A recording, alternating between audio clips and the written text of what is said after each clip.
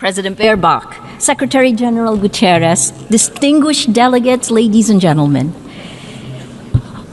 I'm normally chasing you here, and here I am. It's actually a very interesting place. Look, 80 years ago, this institution was born to prevent humanity from destroying itself. Never again, after fascism manipulated information, eroded truth, and dehumanized entire populations to enable genocide and global war. Today, we stand on the rubble of the world that was, and the challenge is to rebuild the United Nations for now, for this moment, when similar forces that led to those atrocities 80 years ago are now surging through digital platforms, insidiously manipulating us for power and profit. The biggest battle we face today is impunity, and it leads to our dehumanization in both the physical world, where wars rage from Ukraine to Gaza, and in the virtual world, where our minds and emotions are manipulated by surveillance capitalism for profit. To fight that, we need information integrity to remind us to be human. I became a journalist because information is power. But news groups lost our gatekeeping powers when an atom bomb exploded in our information ecosystem, a technological one that's silently destroying the very foundations the UN was built to protect. This is the deadliest period for journalists in recorded history. More than 240 journalists killed in Gaza alone. More than died in World War I, World War II, Vietnam, and the former Yugoslavia combined. This is unprecedented. They're targeted, and there must be accountability. We're living through an information Armageddon, where lies spread 6 times faster than facts on social media. That's a 2018 MIT study. It is so much worse today with generative AI. And the 3 sentences I've said over and over since 2016, without facts, you can't have truth. Without truth, you can't have trust. Without these 3, we don't have a shared reality. We can't begin to solve any problems, let alone the existential ones you heard from the speakers before me. We cannot have journalism, we cannot have electoral integrity, we cannot have democracy. This is manipulation of human behavior at the cellular levels of our countries. Algorithms reward outrage over empathy, spreading fear, anger, and hate, pumping us full of toxic sludge. Regulating technology isn't a free speech issue, it's about public safety. Because as has been proven time and time again, online violence is real-world violence. As a Filipino, I'm proud that my country was a charter member of the United Nations, one of only 3 Asian founding nations. Our commitment to multilateralism and peace runs deep. But that legacy was tested under the Duterte administration.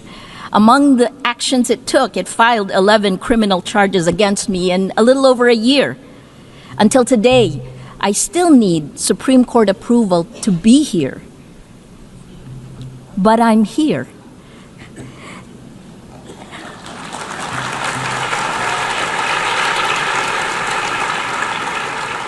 And my former president, well, he was arrested in March for alleged crimes against humanity and is detained at The Hague waiting for trial. Impunity ends.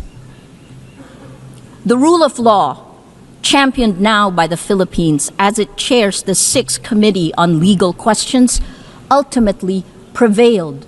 We moved to it. The trends are clear. We are electing illiberal leaders democratically. As of March this year, VDEM said that 72% of the world is now under authoritarian rule. So we turn to you at the UN.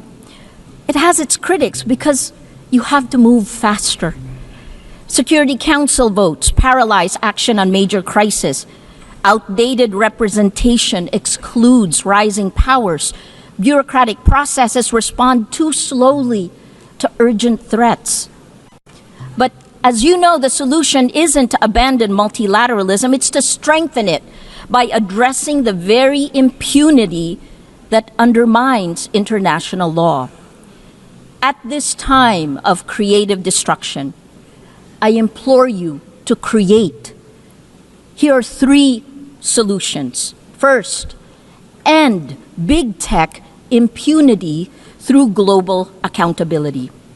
We need binding standards for international to restore and regulate information integrity, just as we have for nuclear weapons and climate change. There are 2 new initiatives, first from the Vatican, created last weekend with His Holiness Pope Leo XIV, a declaration demanding artificial intelligence remain under human control with clear accountability mechanisms.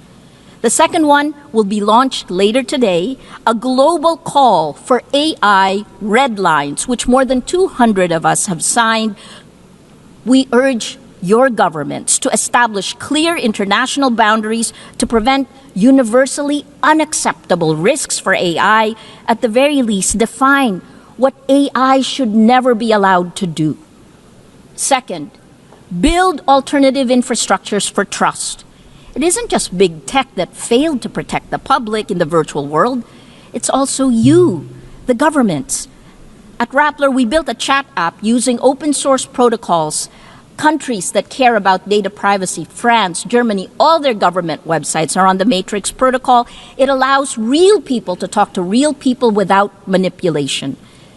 The vision is a global federation of trusted news organizations, because this is how journalism will survive and how we begin to build infrastructures of trust. Finally, the third one, create. Create, that's our word today. Invest in comprehensive solutions. Let your imagination run. 3 examples that's happening now. More than 3/4 of UN members now recognize Palestinian statehood, showing that international law can advance despite impunity.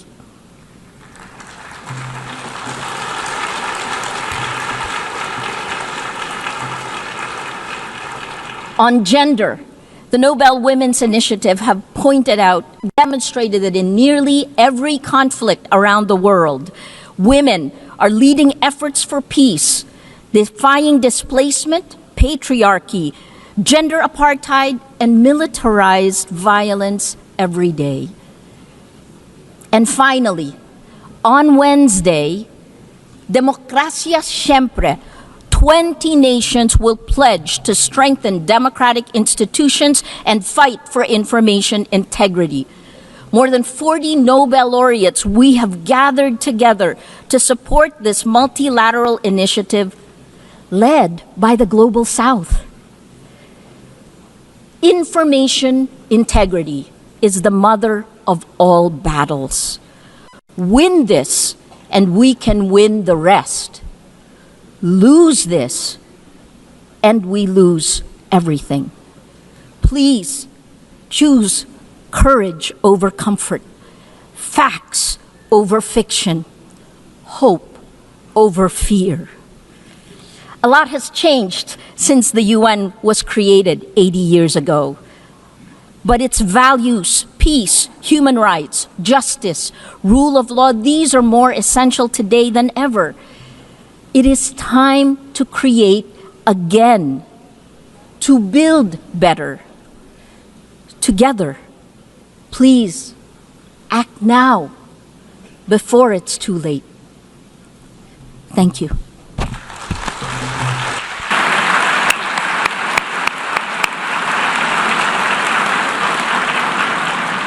I thank Maria Ressa also for her very powerful words.